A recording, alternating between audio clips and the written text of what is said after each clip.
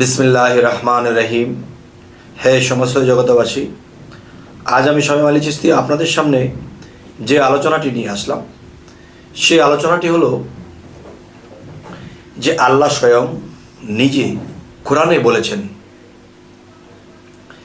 যে নিজেকে পবিত্র করলো সে সফল কাম, যে নিজেকে পবিত্র করলো সে সফল কাম। এই যে কথাটি বলেছেন আল্লাহর কোরআনে, আল্লাহ কি কখনো মিথ্যা বলতে পারবে? নাউজুবিল্লাহ।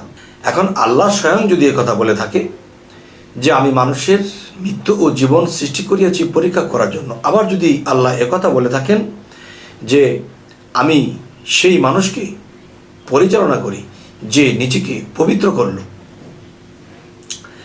এখন শরীয়তের দৃষ্টিতে যদি যাই, তারা কিন্তু সবসময় নিজেকে পবিত্র করছে, কিন্তু সেই পবিত্রটি হচ্ছে সকালে ফজরের টাইম থেকে শুরু করে এশার নামাজ পর্যন্ত তারা পানি দিয়ে ধৌত করে নিজেকে পবিত্র করছে।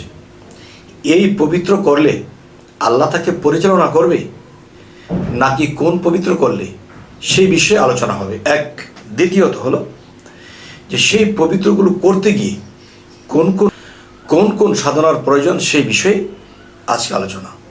দেখেন, এই মানব দেহটা পাঁচটা পদার্থের সৃষ্টি। পাঁচটা পদার্থ কি কি?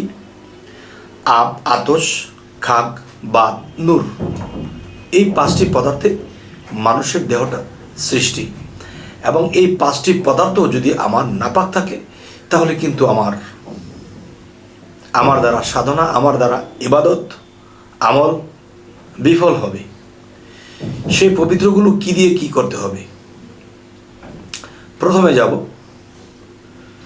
আমার মধ্যে যে বাতাস বইছে, এই বাতাস যদি নাপাক থাকে তাহলে এই বাতাস নাপাক থাকলে, যেই বাতাস আমি নিজের মধ্যে প্রবাহিত হচ্ছে, যতক্ষণ পর্যন্ত বাতাসের মধ্যে নাপাকি থাকবে ততক্ষণ পর্যন্ত আমরা সাধনা করব, ইবাদত করব, আল্লাহর কাছে গ্রহণযোগ্য হবে না। কারণ একটা অজু আছে, একটা ক্ষুধা আছে যা বাতাস খেয়ে ক্ষুধা নিবারণ করতে হয়, আরেকটি অজু আছে যা বাতাস দিয়ে নিজের অজু করতে হয়।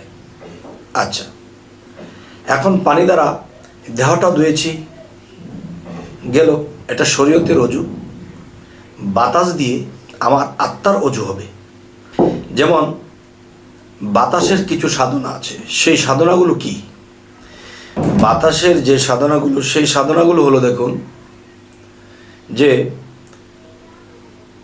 রেচক, পূরক, কুম্ভক। এই বাতাসের এই সাধনাগুলো নিজের মুর্শিদের কাছ থেকে নিয়ে নিতে হবে, যে রেচক সাধনাটা কিভাবে করতে হয়, পূরক সাধনাটি কিভাবে করতে হয়, এবং কুম্ভক সাধনাটি কিভাবে করতে হয়। এবং এই সাধনাগুলো যার যার মুর্শিদ শুধু দেবেই না, এই সাধনার অনুমতি দিলে তখন আপনার দিকে দূর থেকে দৃষ্টি রাখবে। এই সাধনাগুলো উল্টাপাল্টা করতে গেলে মানুষ স্ট্রোক করতে পারে, মানুষ মারা যেতে পারে।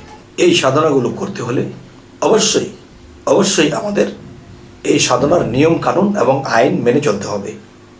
আচ্ছা, যেমন আমার মাটি পবিত্র করা, বাতাস পবিত্র করা, এবং আগুন আছে মানুষের মধ্যে, সেই আগুনকে পবিত্র করা। আগুন মানে বাতাস, মাটি, আলো। তো এই জিনিসগুলো পবিত্র করতে হবে।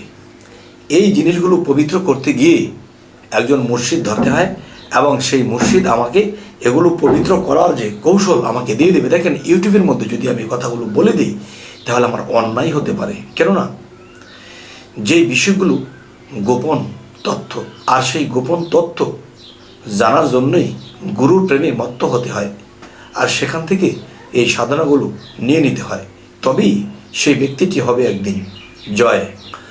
আচ্ছা, তো এবার আসি যে একজন মানুষ যখন সেই সাধনাগুলো করবে, সেই সাধনাগুলো করলে সে নিজেকে দিন দিন পবিত্র হতে থাকবে। আর সে পবিত্র হলে তার লক্ষণ কি? তার জবান ঠিক হবে, মুখে কিছু বললে হবে, দৃষ্টিশক্তি কোনো দিকে চেয়ে কিছু বললে হবে, এবং কান দিয়ে শুনেছে এবং শ্রবণ করেছে, সে ভালো কথা শ্রবণ করে, খারাপটা শ্রবণ করে না।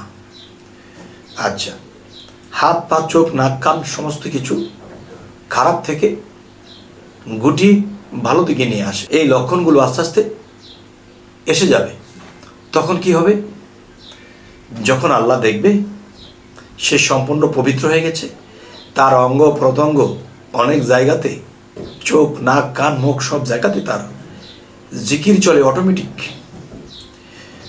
আর জিকির চলার কারণ হলো যে নিজেকে পবিত্র করলো, তখন তার মধ্যে দুনিয়ার কাম বাসনা, দুনিয়ার লোভ লালসা কোনো কিছু থাকে না। তখন কি হয়? তখন তার এখানে জিকির চলতে থাকে। যখন পবিত্র হয় তখন আল্লাহ তাআলা তার মধ্যে বিলীন হন। তখন যাকে যা বলে দেয় তা হয়ে যায়, যাকে যা বলে দেয় তা হয়ে যায়। এবং মানুষ দিন দিন তার কাছে আসতে থাকে, তার থেকে পরামর্শ নেয়, তার থেকে আমল নেয়, তার কাছে বায়াত গ্রহণ করে। তাই আমি বলবো, হে সমস্ত জগতবাসী, যে আজকের আলোচনাটি কি, যে কোন ধরনের ব্যক্তিকে আল্লাহ কোরআনে বলেছে, কোন ধরনের ব্যক্তিকে আমি আল্লাহ পরিচালনা করব, আর যাকে আল্লাহ পরিচালনা করে তার কি দোজখের ভয় আছে? নেই। আচ্ছা, তো এবার আসবো, যে নিজেকে পবিত্র করলো সেই সফল কাম। এই জন্যই আল্লাহ বলেছে যে নিজেকে পবিত্র করলো সেই সফল কাম। এই জন্যই বলা হয়েছে যে আল্লাহ মহাপবিত্র, আর সেই মানুষটি নিজেকে ক্ষুদ্র পবিত্র করেছে। তাই মহা আলোকিত বা মহাপবিত্র সেই ক্ষুদ্র আলোতে এসে বিদ্যমান হয়, বিলীন হয়। তখন এই বান্দা বন্ধুতে পরিণত হয়, আর বন্ধুর মুখে আল্লাহ স্বয়ং কথা কয়। যখনই যেখানে যা লাগে তাই বলে দেয়, তাই ফলে যায়।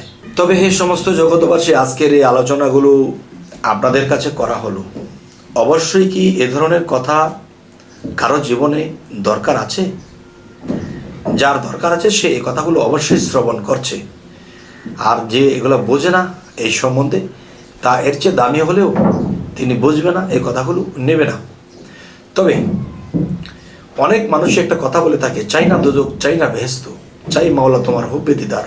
আবার বলে থাকে আত্মার মুক্তি চাই। এই জগতে জন্ম নিয়ে আসা, আবার জন্ম মৃত্যু হয়ে যাওয়া কত কষ্ট। এই জন্ম মৃত্যু থেকে আমরা রেহাই চাই। দেখেন, বেহেশত দোজখ কোনো কিছুই দরকার নেই, এবং মুক্তির দরকার নেই।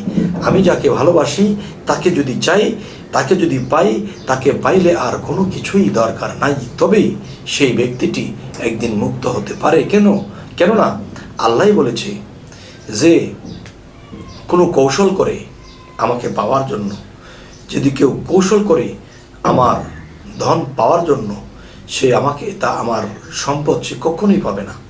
আর যে নিরাশা, তার কোনো আশা নেই, তার কোনো চাওয়া পাওয়া নেই, শুধু আমাকে ব্যতীত, তখনই সে কোনো একদিন পাবে। কিন্তু মানুষ কিন্তু অল্পতে হোঁচট খেয়ে যায়, আর সে হোঁচট খাওয়া থেকে বাঁচতে হলে আল্লাহর সাহায্যর প্রয়োজন। তাই বলবো, হে সমস্ত জগতবাসী, আজকের এই আলোচনা আপনাদের কেমন লাগলো জানাবেন, এবং আমাদের এরকম ধরনের আলোচনা পেতে অবশ্যই সাবস্ক্রাইব করবেন, পরবর্তীতে যেন ভালো আলোচনা এনে দিতে পারি। তো সকলেই ভালো থাকবেন। আল্লাহ হাফিজ।